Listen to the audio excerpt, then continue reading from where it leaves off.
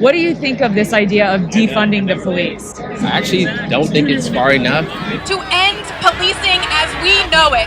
Activists and some city officials. Calls to defund are only growing louder. Overnight, 800,000 men and women who protect their communities every single day went from public servants to public enemies. As politicians and the media demonized each and every one of us. Brothers and sisters, this is a dangerous time for law enforcement, and it's created by people who are more interested in the problem than they are any solutions. Over the past 2 years, the media, politicians, activist groups, and others have done their very best to crumble us, and yet we stand. Never has it been harder to be a police officer in this country, which means it's never been harder to be a union leader and be a leader within the FOP. We're going to take our voice back.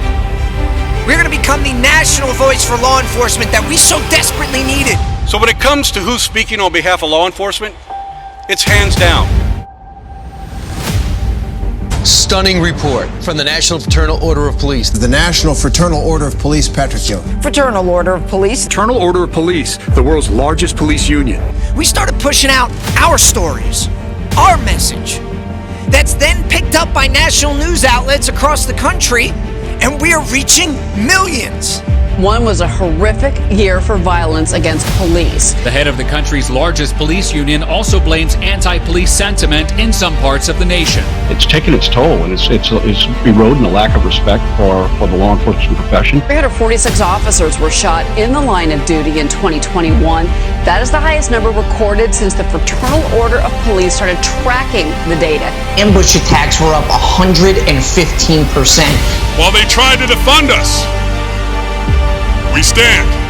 We have rogue prosecutors who are running wild, letting people out over and over and over again. We have bail reform, which has been an unmitigated disaster.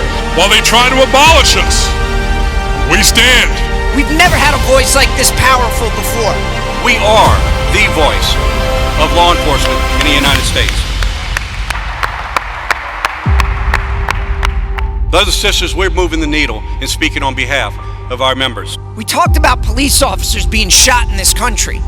We're talking to our communities about the violence that is ravaging our urban cities. We got out there and we told the truth about qualified immunity. That it doesn't protect bad cops. What it protects is good cops who are just doing our jobs by policy, training, and the law. And we're not going to stand up and see that taken away from us.